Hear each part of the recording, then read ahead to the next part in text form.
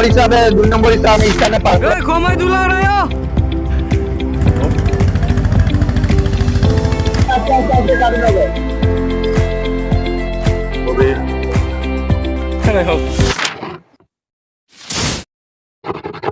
সবাইকে শুভ সকাল নতুন সংগ্রাম পুঞ্জি থেকে। গতকাল মূলত আমরা নতুন সংগ্রাম পুঞ্জিতে রাত্রি যাপন করেছি। তো এখানে রাত্রি যাপন করার পর আমরা এখন নতুন সংগ্রাম পুঞ্জি থেকে বিদায় নিচ্ছি। মূলত গতকালের যে রাত্রিটা ছিল খুবই অসাধারণ। এর কথা বলছি, এটা মূলত একদম জাপলং এর কাছেই। এখান থেকে এখন আমরা বিদায় নিব। তো আমরা দেখতে দেখতে এই যে ঘাট পাড়ে চলে এসেছি, দেখতে পাচ্ছেন। এখন আমরা এই ঘাট পাড় থেকে ওপারে গিয়ে আমাদের যে বাস রাখা আছে সেখান থেকে আমরা বাসে করে আজকে শ্রীমঙ্গলে যাব।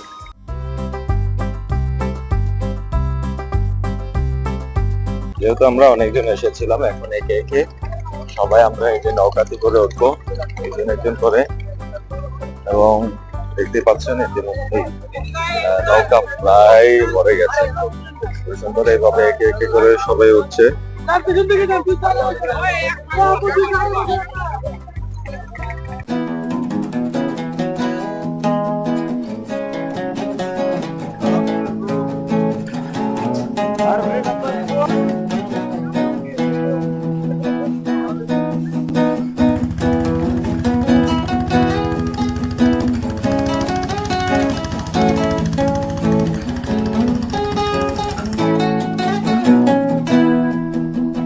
জাবলং থেকে সরাসরি আমরা শ্রীমঙ্গলে চলে আসলাম। এখানে যেহেতু মনোমুগ্ধকর একটি চা বাগান দেখেছি, তাই এখানে দাঁড়িয়েছি।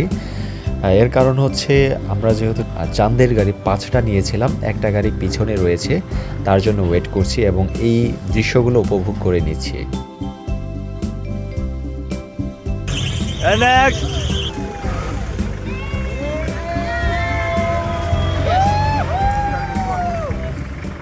উপরে মেঘলা আকাশ, নিচে সবুজ প্রকৃতি, এ যেন এক বিধাতার সবচেয়ে সুন্দর সৃষ্টি। সবুজ প্রকৃতি মানেই মনের শান্তি, প্রাণের স্পন্দন। যখন ক্লান্তি ঘিরে ধরে, তখন প্রকৃতির মাঝে একটুখানি সময় কাটালেই যেন আত্মা নতুন করে বাঁচতে শেখে। সবুজ প্রকৃতির বুকে মানুষ খুঁজে পায় তার জীবনের হারিয়ে যাওয়া আসল সুখ। সবুজ মনোরম পরিবেশ, সাথে মৃদু বাতাস, আর কি লাগে সবুজ প্রকৃতির মাঝে হারিয়ে যেতে। আমি যেখানে বারে বারে হারিয়ে যাই, ইচ্ছে করে যেখানে মিশে যাই, এই সবুজ প্রকৃতির দিকে তাকিয়ে থেকে আমি মনের শান্তি খুঁজে পাই।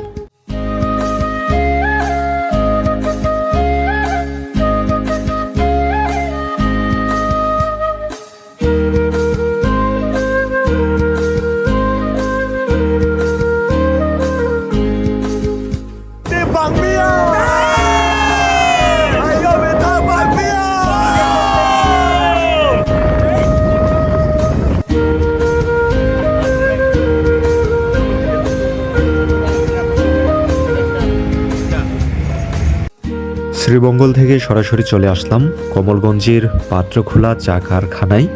এখানে মূলত আমরা দেখব চা পাতা থেকে চাপাতি বানানোর প্রক্রিয়াগুলো এবং আপনাদেরও আমি দেখানোর চেষ্টা করব।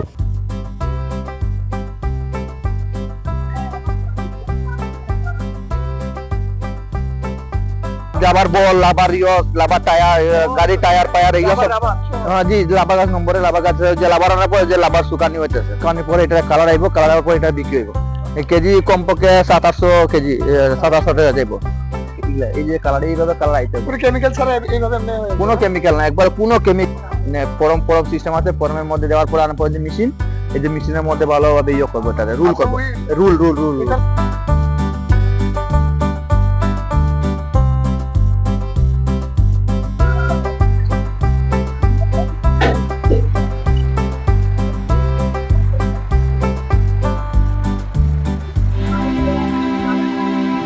গোলা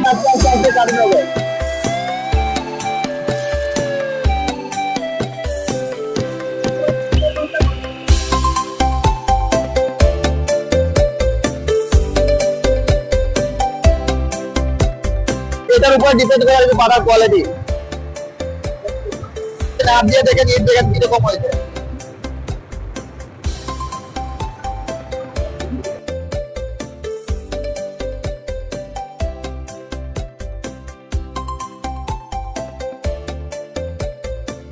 এখানে সব জাতের কোয়ালিটি নাম লেখা আছে।